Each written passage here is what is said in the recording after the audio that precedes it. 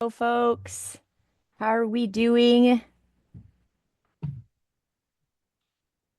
Doing great, thanks. Good, good. I'm gonna rename myself. I don't need that there. So we're gonna give folks 2-3 minutes to join this morning, but not too much time because we have a super full agenda that we want to make sure we get through. Um, so we'll give folks a couple minutes to join and then we're gonna jump right in.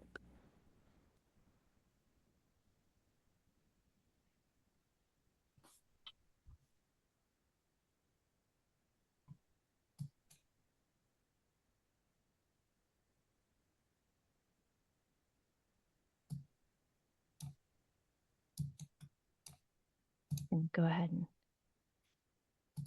share my Hey, everyone. screen out. Hello, hello. Morning.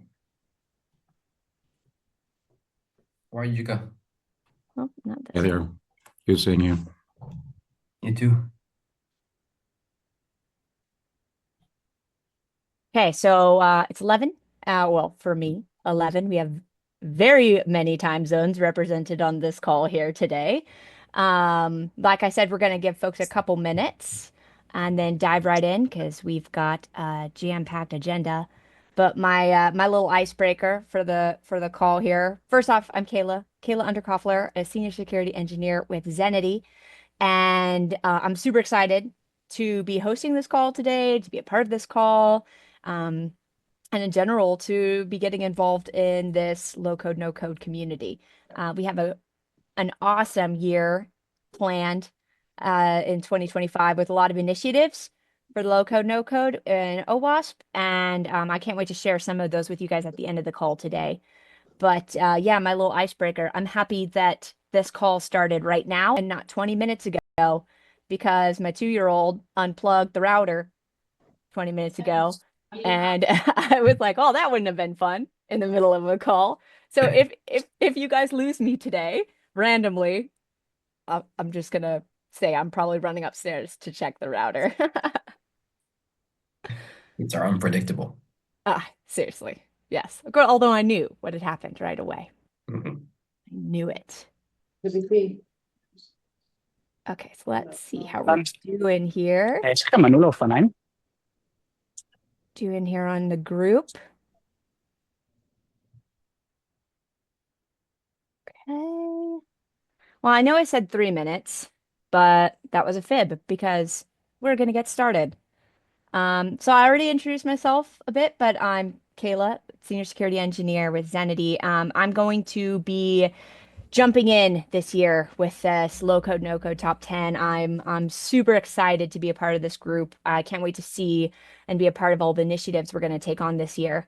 And most importantly, I'm happy that you're all here and I'm excited to dive into our agenda.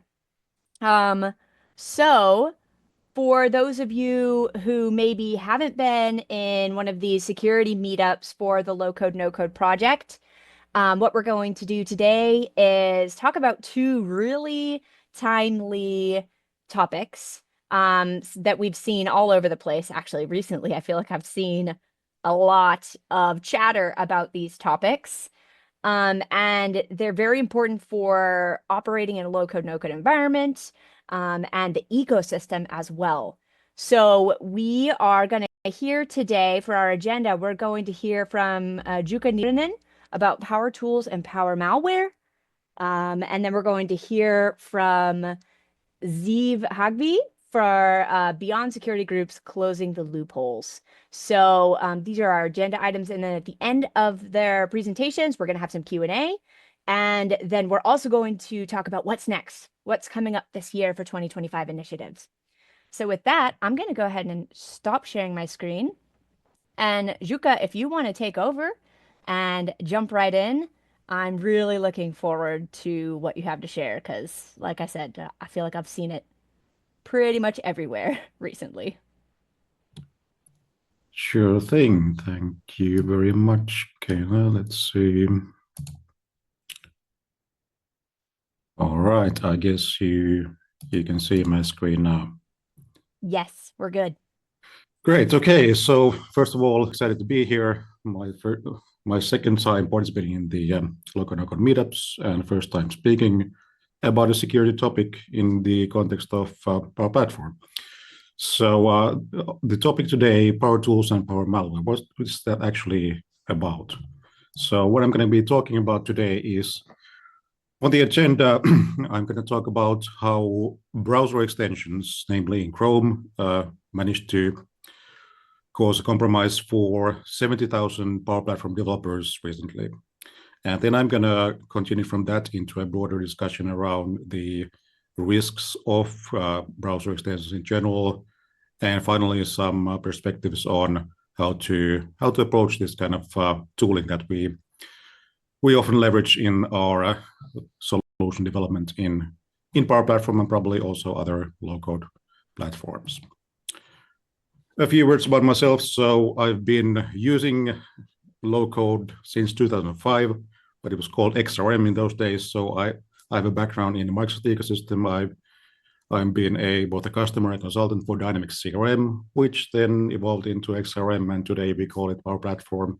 Things like Dataverse come from that era. So that's what has led me to working with Power Platform then. And so today I work with topics like governance, administration, and licensing, which is always a fun topic in the Microsoft world. I currently work for my own consulting company called Niiranen Advisory. And if you're interested in reading more about my thoughts on these topics and more, then I've got a newsletter at perspectives.plus, which you can subscribe to and check out security and other related topics from Power Platform and the broader Microsoft ecosystem. Good. So the actual agenda, malware, and more precisely how the Chrome Web Store is today being used as a distribution channel for malicious code. So why do we need any tools in our browsers for doing the work we do? So if you have been building solutions with Microsoft's tooling, then you probably get the feeling at times that it's not really optimized for professional creation of apps. So it's a great environment for onboarding new makers, business users, citizen devs into the platform. And today there's plenty of co-pilots there to help you get started to build something. So that it's a very the barrier to get started is low. But then once you need to be more productive in that environment, so you know what you want to build, you have a specification, and I want to build precisely this, then you kind of end up in a situation where the UI sometimes gets in the way and you don't really have a efficient way to edit multiple things at once, and the screen estate is wasted on things that are not relevant. So what to do? Well, to be more productive in building those local solutions, then many people turn to community tools. And of course, you could be building them into the platform itself. So we could be creating a custom admin center or other experiences into the products. And sometimes that's the way it's been done. But then it's always a question of like, how do we deploy these things to all the places where we need to be building solutions? So it's a bit of a tedious way to get those better experiences. But what's a really quick way to do it then on the client side? So in the browser where we do our development work, that's something we can control, and we don't have to install anything into the actual platform itself. So it sounds like a convenient way to deliver tools for the advanced makers. And that's what really is happening out there. In all the browsers, there are extensions for manipulating things that are about Power Apps or Dynamics 365, the parts that run on Power Platform. This is a screenshot of some of the tools in the Chrome Web Store that are targeted at the admins and developers and makers who work with Power Apps and related tools. So there's plenty of them, and some of them have been around for quite a while. Some are very new, and some only have like 1 star, 1 rating there, but still this is a way for the community to then solve problems that Microsoft is not solving. And one of the popular tools that has been used in the ecosystem for a long time was called initially CRM PowerPane and then Dynamics 365 PowerPane, but equally useful for Power Apps development as well. This is a picture of the GitHub repo of the source code for that project, and we can see from this that the actual repo itself hasn't been updated for 3 years. But it's still a perfectly valid tool. You get nice shortcuts and kind of admin tools that are better than what comes out of the box. So people have been using this a lot. And then one day in October last year, there was a notification that the users received this extension contains malware. So that was a prompt that resulted from Google taking the PowerPane extension down. Actually, it was in mid-November. And yeah, so they couldn't use it anymore, but this was all the information that they got. What happened, where to go for more info? Well, there's no way to drill into this incident from here. Now, it's of course great that there was a way to disable an extension that was known to contain malware, but if it's handled in a way too transparently, then are people going to realize that what's happening? Are they going to learn from the incident? I didn't have PowerPane installed myself, but I started digging into that topic more, and so it turns out that this was actually a part of a much bigger campaign targeting many different Chrome extensions. Here's a blog post on the palant.info website about the Karma connection in Chrome Web Store. And Karma here refers to the Karma Shopping Limited company that was behind this malware. So it turned out that they had been purchasing extensions developed by open source community folks, and then sneaking in their own code there to do affiliate fraud and other ways of then monetizing those extensions. And this is a great report to read there. And what really struck out to me was that if you look at the number of weekly active users for those extensions, then sure, there was one that had 1 million weekly active users, visual effects for Google Meet. But then pretty high on the list was Dynamics 365 PowerPane. And it was a surprise to me that it really had 70,000 weekly active users. So looking at the other extensions there, that is a pretty nice audience to target. So it's insignificant anymore. It's becoming mainstream, these tools, and popular extensions have a lot of users. Now, of course, the fact that there were many users meant that people were then looking for an alternative. They lost an extension that they were relying on, probably using it in most of their projects. Here's a screenshot of kind of the UI that you get from it. So quick navigation to important areas in the platform and like. So they just had their extension taken away by Google because of that one prompt they saw there, and they went back and see, okay, is the extension back? And it is back, but it wasn't published by the same publisher. So actually someone went to take the code in the GitHub repo and create a new extension from the same code there. Hopefully without the malware part, but yeah, of course, I mean, we can't really know, which is kind of the fundamental issue here with these extensions. But it shows that people were then again going back to installing extensions into their browsers and giving reviews and commenting that's what's different about this version than the original one, for example. So to kind of put this on a timeline, the actual extension was originally created almost 10 years ago for Dynamics CRM.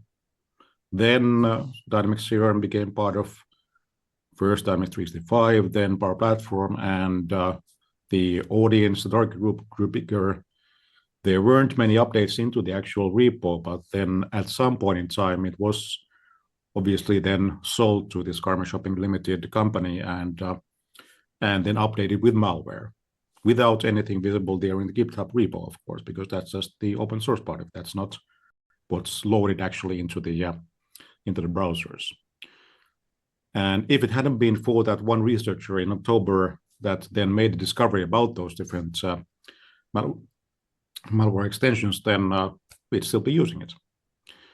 And the last time I checked, then out of all the 12 extensions, not all of them were even yet removed from the web store. So that's a long process, and it's not automated. This is a manual thing. People have to discover these and report them to Google to get them taken down.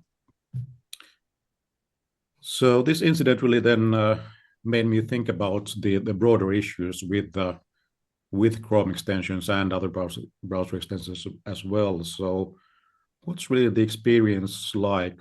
How are these things happening to us, and what should we be paying attention to in order to be more secure with our Power tools and other low-code tools? So the reason these are popular, the extensions, is that they are very, very easy to install. You go to the apps, sort of app store, so the Chrome Web Store, find the extension, and then click install, and you get this one tiny screen there that says, do you want to add it? And it can blah, blah, blah. You will get a list of all the permissions that you will have to grant to the extension. And that's, of course, the key part there for security perspective, but this is all we see. We have a binary choice between yes and no, and most people will just add the extension and start using it.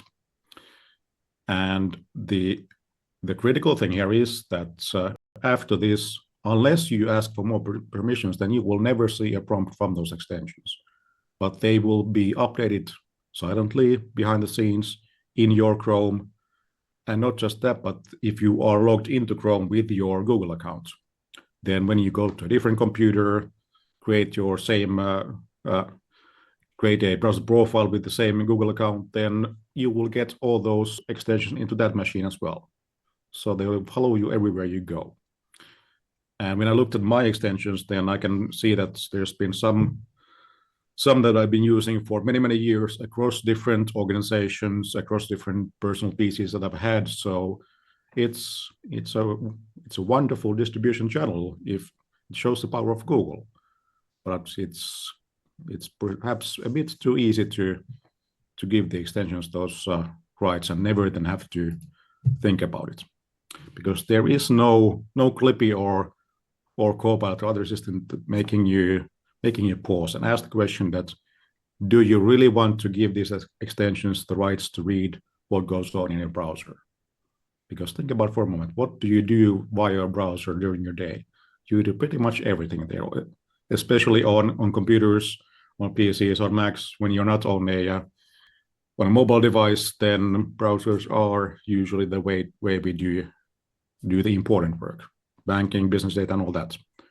And we just give extensions the rights to, do whatever you need. This is we should have Clippy to remind us about this choice. And so I started looking at my own extensions after reading about this incident, and I discovered one extension that I had no recollection of ever installing. So it was called XRM Web Tools, and I didn't recognize it. I know that XRM is about the PowerPlatform. It's kind of the old schema name of it and still in use. But yeah, I think I didn't intentionally install this extension. So how did it get there? I had that in my Chrome profile. So I started digging deeper. I discovered the GitHub repo there. I started going through then the commit history, and I noticed in the README that, okay, this had been actually renamed. It used to be called Audit Engine for Dynamics 365 CRM. Well, the repo name, this is different than the extension name, of course. And I saw from the commit there that the the developer of this extension had then pivoted to a new use case. They were not just about audit data in Dynamics. Now they were targeting other use cases. And that's, of course, how it happens. I mean, it's normal for open source projects that are just built by one developer. They change over time. And the really kind of funny and sad part was it that I discovered I had actually promoted this particular extension just 2 months ago. So I had discovered this via a community channel on Discord and saw that, okay, this is actually a great example of how someone was able to build a custom UI for the audit history data that you get in Dataverse. So an area that Microsoft had not touched for over 10 years. They had just let it be on the 2011 UI style, and there was so much more you could do with it. And this was a great demonstration of if you put effort into building a better UI, then there's more value in those features of the platform. And I, of course, went and shared that with my followers on LinkedIn, and it got 30,000 impressions, lots of reactions, and probably people installed this because I had been promoting it. And then it was renamed. And then when I saw it in my extension list, I couldn't figure out that, okay, how did it get there? It was my choice. It was probably used by others because of me and because they update silently. There's no notification that, okay, now there's a different name for it, or that some code changes there in the extensions. We cannot control it. I started looking at what we can then see about these extensions. There's not much offered by Google, but I discovered a site called chrome-stats.com, which has a nice catalog of all the extensions in the Chrome Web Store, also the ones that have been removed there. And in addition to the stats about how popular they are, they also give these extensions scores for risk impact and risk likelihood. So this particular example was the external web tools had a low risk impact but a high risk likelihood. Why was it likely? Well, it didn't have a reputation. It didn't have a long history of good reviews and users and all that. So that's a way that we can then, as a community, that's what we've got to go along with. Not much else. And they are using that to then identify these scores. And they also then give you the detailed permissions. So this is now about the malware extensions of PowerPlatform. These are the stats it had after it was removed. So very high risk likelihood, that's after it had been taken down by Google. But we see those permissions there. So it had permissions to active tab, scripting, storage. And so what does this mean then? Well, I don't develop Chrome extensions. I don't even write code myself. So I can't really tell whether these are these serious or not. So yeah, I mean, scripting sounds like it. You can do pretty much anything with JavaScript. Storage, okay, you can read and probably update the data I have in my browser profile. So potentially they could do damage with this. But so what do you do when you're not certain today in the year 2025? You go and ask AI. So I went and asked ChatGPT that, okay, I have this extension and it has these permissions. What kind of exploits would this make possible? What could I do with these permissions?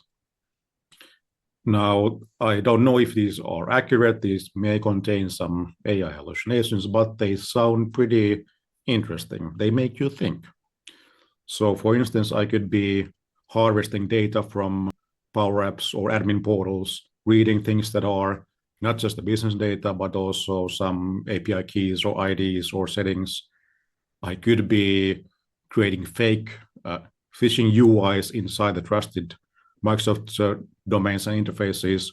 I could be collecting credentials, logging keystrokes, presumably. I could be making API calls if when I'm the logged in user and someone has a script in my context, they get the permissions that the PowerPlatform developer has. And usually those guys have a lot of permissions to do things in the environments. So, and if you take it a bit further, you could then design malware specifically for PowerPlatform and then even like inject your own logic or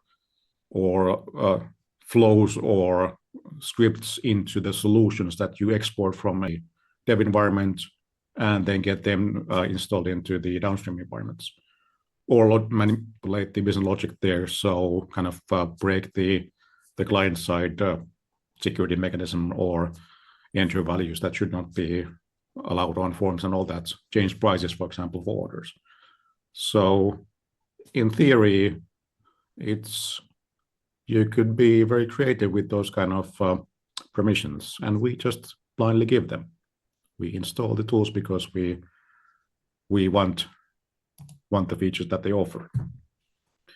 So for a deeper dive, it's probably a good idea to then explore the real professionals in this area. So there's a top 10 OWASP for browser extension security vulnerabilities, and that's probably a more factual source than ChatGPT for this information. So those are all things that we are then in risking when we are combining browser extensions with our low-code platforms. We get the best of both worlds there. Good. So final thoughts then around the tooling. So does this mean that everything is risky? We cannot use everything. It's all going to be infected by malware. So where does this really leave us then? This kind of the state of things. The reason I started to, or why I put together this session, was that it was a surprise to me personally how big of a risk these browser extensions actually can be for developers and organizations, because you will not see any traces of this within the PowerPlatform environment itself. It's all happening on the client side, and we cannot scan for anything in the actual environments that contain the low-code components. And sure, I mean, there are open source repos for many of these tools, but as we saw with that PowerPane incident, then there's absolutely no guarantee that the code you have in GitHub is what gets into your browser, into your machine. And then also the fact that we just we have to give permissions without really understanding the impact there, and that they are getting updated transparently. It's kind of a good thing from I mean, if there are security holes to plug, but then for attackers, I mean, if you gain access, then you have the power of Google to push it to all the users. So I think it's scarier than I realized, and people are not really talking much about this. We should, in my opinion, talk more about these risks. And it's not just about the free tools, not just about open source, not the community tools. So sure, they are the ones that are usually free to use, meaning they can be, there's a low barrier for starting to use them. But then at the same time, for the commercial extensions. So sure, you have to pay for them usually, but that means that you are really trusting that provider quite a lot already. You've paid money for them for some service, and that also means that you probably are a high-value audience for malware. You've got money, you may have use cases in the business where you need these tools or something that you want to secure.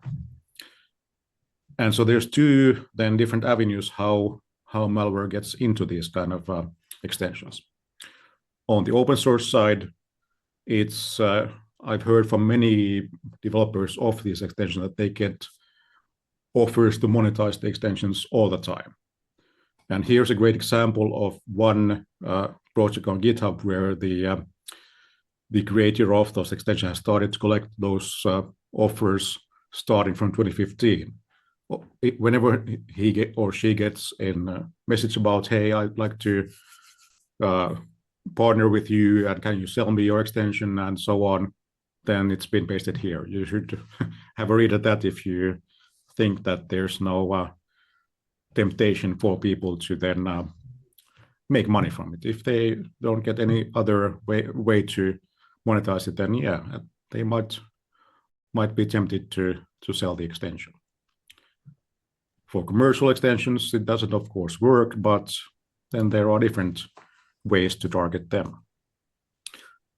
You might have heard about this recent incident that happened during Christmas, where the company called Cyberhaven, which is a cybersecurity firm, their extension was compromised. And the way it happened was that they received an email that seemed to be coming from Google into the support email address that's publicly visible in the Chrome Web Store. And in that email, it was designed so that it says that you have to update some details for Google, otherwise your extension is in risk of being removed from the web store.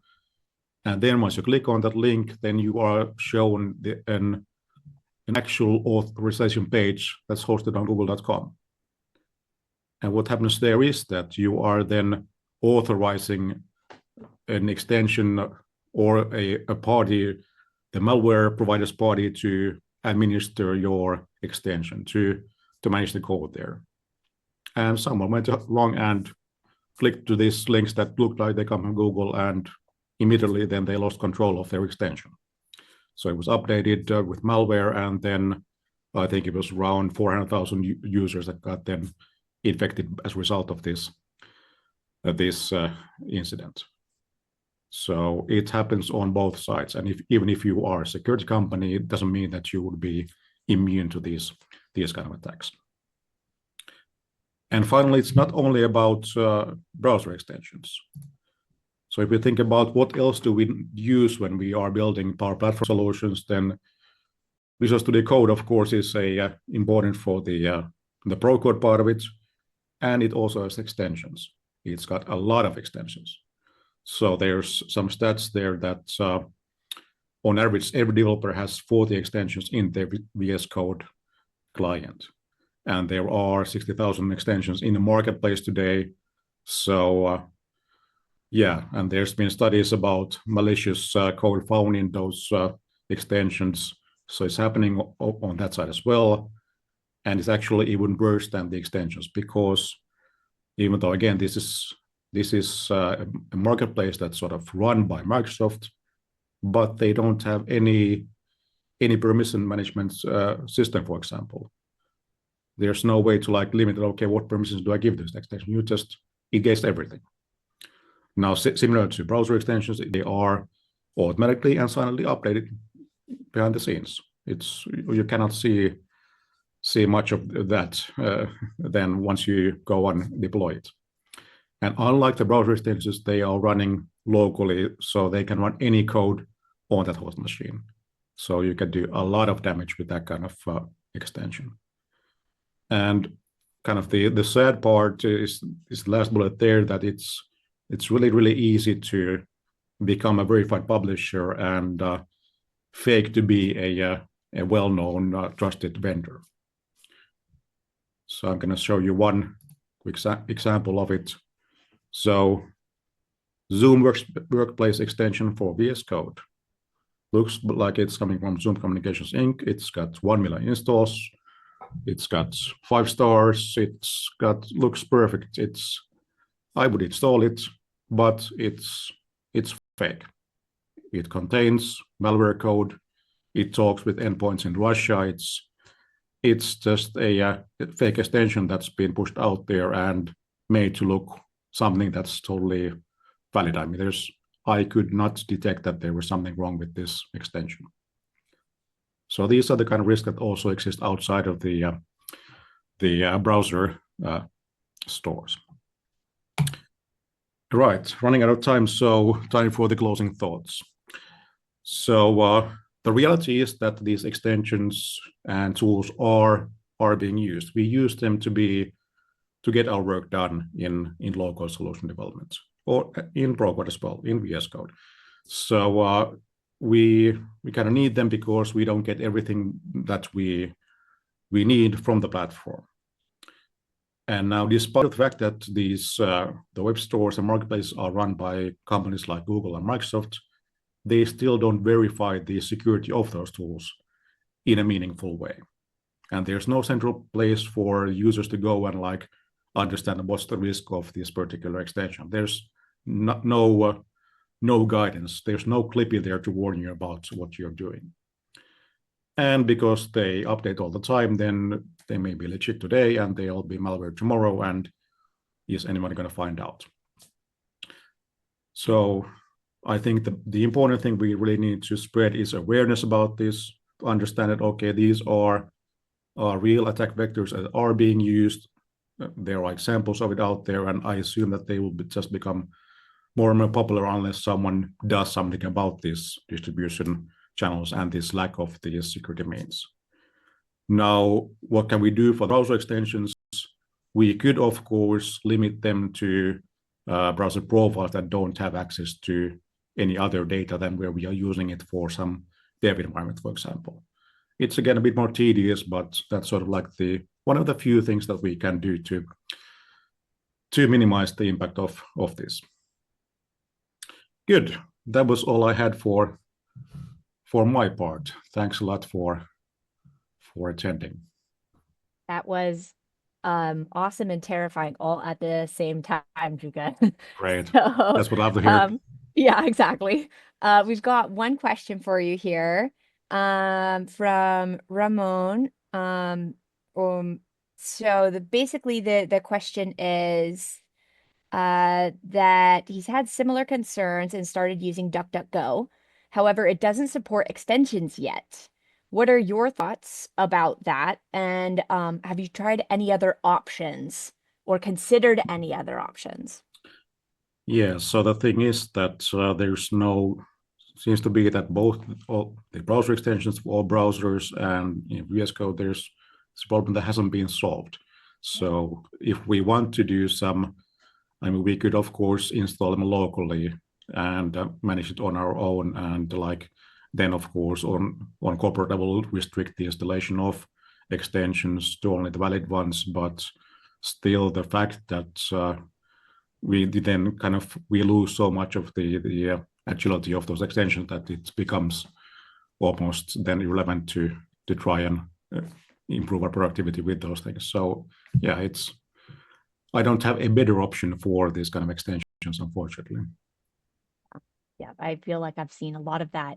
The open source community proper is also very much focused on this right now, and I've seen a lot of conversations around the same questions and the same kind of default.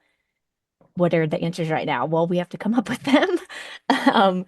Juna also asked, does anyone know how well vulnerability management or patch management tools detect issues with extensions? Yeah, I've seen companies that have started to build these monitoring tools for browser extensions and then also going to VS Code. So I assume that it's a new market that it's not really covered by existing security software players yet. Maybe it's then something that will get added to it, but from what I know, I haven't seen any major players claiming that we can handle this. Yeah, similar to Dawn's chat in the thread there. What I've also seen is mostly from a policy perspective. Like you can't use a specific in a corporate environment, you can't use a specific extension or really any extension unless it goes through a review from the security team. And obviously that can add a lot of overhead, but that might be at this point that's one of the best ways to keep control over that. It's just about enforcing that policy. Yeah. So do we have any more questions for Jukka here? Because otherwise we're gonna jump on to Ziv's topic. Okay, great. Thank you, Jukka. That was awesome. And I can't wait to see more content as you're developing more and looking more into this and sharing that, because it's been great to follow along with these stories so far. Great. Thanks a lot. Okay, Ziv, we're gonna hand this over to you. Yeah, definitely. Just give me a second. All good. Hey, everyone. First, I want to say thank you for Jukka for the great presentation, and thanks Kayla for narrating and helping us push the community forward. Today we're gonna spend some time about how we were able to bypass security groups within Dataverse and the work we did with Microsoft, this disclosure, the vulnerability disclosure we did with them, and how they are working on improving their security posture, so everybody can benefit from it. I'm Ziv. I'm the director of product at Zenity, a company that is all about security for business users, from low-code apps to AI agents, build time to runtime. And I'm the leader of the OWASP community for low-code, no-code. I've been in this space for around, I don't know, in the cyberspace for around 15 years now. I've done so many disclosures this year, and we have more of them coming up in 2025. And today I'm going to talk about something that I think everybody knows, which is like the combination of security groups in general in Entra ID and how you can actually bypass them. So the gist is that within PowerPlatform and Dataverse, there is a concept of security groups that should, of course, contain the relevant and authorized users who should have access to your environment. Once you establish that group, only members of that group can gain access to your environment. Now, if that was true, we wouldn't have this conversation. Now, it's not entirely true. And one of the ways that people are not aware is even though application users could be inserted into a group or excluded from a group, it doesn't matter, because application users, by definition, they do not adhere to the enforcement of the role-based access control of security groups. So you think you're good, you think you've configured your posture and your access layer correctly, so think again. So what are application users? To level set a bit. So application users are non-human identities created in Entra ID, also known sometimes as service principals. We use them very commonly and vastly in Power Apps, Power Automate, Power BI, and the rest of the Microsoft ecosystem, including Azure, of course. They have a very specific type of purpose. Usually they've been, we use them for integrations and automation, but not just that. And when you want to use them, you have to provide them with a role, security role, so they can have access to data. Now, this is an example of, if you ask yourself, can an application user or service principal can have access to data?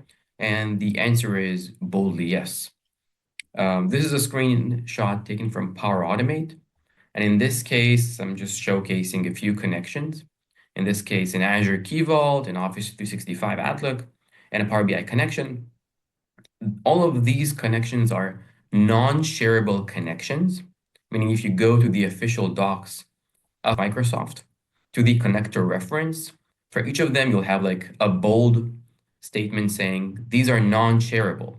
And the description is, of course, you cannot share your identity, your private connection with another person. That is true, but not true for service principals or application users. So you can share those connections with a different non-human identity. In this case, application users or service principals. And this case was my Azure Key Vault. You can see this is how it looks like when you share it. So we've established at this point that application users / service principals, they can gain access to data. So from the flip side, what are security groups? Those are very commonly used access control mechanism within Entra ID and other products, of course, as well. Everybody knows them. The special thing about those in Entra IDs is that once you establish a security group within Entra and you add members to that group, that syncs back into PowerPlatform, meaning you have an automatic sync. And from the moment you have that, you establish that group within the PowerPlatform environment, and you have a robust mechanism to ensure that nobody outside the group can access data within the environment. So what are the risks with application users? Now, because those are, as we said, commonly used for integrations and automations, and they can gain access to your credentials or connections, they are usually very powerful. The second thing is that it's very hard to trace back what they did because they're not tied back to a human identity. It's not like a regular user with an email. And as we are about to disclose, they do not adhere to the controls of security groups. So you don't really have a good grasp on what they can do. And if one of them is compromised, you're in a world of pain. So let's do a very short simulation, a guided tour on how you create those, or how are those created, both the application users and the groups, and we'll see how the bypass is actually happening. So if you want to create an application user, all you have to do is go to Entra, go to the app registration area, click on New App, fill in a few blanks here and there, and you have an app. It's very, very simple. Of course, you can create a client ID and a client secret to make sure that you can authenticate. Once you have the app ready, we can go ahead and create the group. So all you have to do is go to the group section within Entra ID, give it a name. Later on, you can add members. And in this example, I'm specifically saying do not add the application user to the group. That will, of course, help you see the difference. The app user was created, the group was created, but the app user is not a part or is not a member of the group. Step 3. Now all you have to do is go to the environment where you want to establish that security group. Now keep in mind, not all environments are eligible for security groups. For example, if I remember correctly, developer and sandbox, you cannot assign. So for example, production environments, which are usually highly regulated, please go ahead and create a security group. That's best practice in general. Okay, so once you do that, all you have to do is go to the application user settings within PowerPlatform and add your application user, the application user that we saw from Entra. And don't forget to give it a security role. Now, don't provide the admin role because the admin role will always bypass the security group. That's like the default behavior. So you can give it any role. You could be environment maker, system customizer, could be the basic user, whatever you want. It doesn't really matter. With any of the roles, you will bypass the group. So in this case, I gave it an environment maker, I think. And once that setup is ready, what I did is I created an HTTP request and I executed it using a REST client, Postman. So we have two requests here. One is to create or generate a token for that app user. So then I can use that token. And the second request was to actually gain access to the system users table within Dataverse. Now, I specifically targeted this Dataverse table because it holds PII information. This holds email addresses, potentially phone number, addresses of employees or users of the platform, names, everything. And what I was able to do is quite shocking, to run this query using the application user that is not a part of the security group of this environment, but still was able to fetch the data, all of it. This was quite shocking for me. And this led me to the start of the disclosure and the conversations with Microsoft. So in summary, what did we see here? We saw a process of creating an application user, creating a security group, and then we saw that the security group, even though it's enforcing the access layer on the environment, it cannot process the capabilities, let's say, of the application users. And that's how the bypass happens. So then we went ahead and reached out to Microsoft and say, hey, what gives? This doesn't make sense because you can add an application user into a group. So it makes sense that you enforce this, right? Well, the answer was no, this is indeed a vulnerability. They acknowledged it. And they did a lot of work internally to figure out what's the problem. And eventually they began with improvement of their posture. So they started with changing all of their documentation. And this is an example, as you can see, they state here that all of your application users can run in any environment that are secured with a security group without being a member of the security group. So at least they're telling us, be careful with application users. If you think you have a group, a security group, and you're protected and safe, you have to stay even more sharper. And they even reached out telling us that in the future, they're planning to enforce application users within security groups because of this effort. So we are really, really happy with their resolve and their progress. So some recommendations and call to actions. So first and foremost, review your environments and spot application users within those environments. See if those are actually being used. If not, disable them, delete them, remove them from the environment, or at least downgrade them into the most basic role there is, like a basic user. So least privileged all around for application users. Now, you can definitely educate your admins if you have more than one. In large tenants, you definitely have more than one about how to scope down those application users and what are you actually doing with them. And of course, as always, monitor the logs of the system to try and spot suspicious behavior from application users. And that's it for me.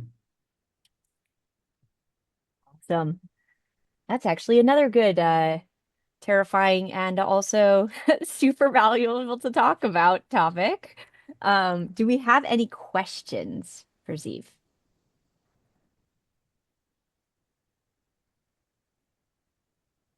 I hope everybody is making plans to go back and review all of their application users now at this point. Okay. Go ahead if there's any questions, and if not, we just have a couple of talking about what the 2025 initiatives are going to look like for us. I have a question Go for ahead. Ziv. Hey, Ziv, this is Susan Brodak. Hey, in regards to the access that is given to applications through that group process, is it read-only? Do they have more than read? Definitely. They can do whatever a normal user can do based on the access they are given and based on how they're being used. Okay, so whatever role is given to the application, they can do. Yep. Okay. All right, thank you.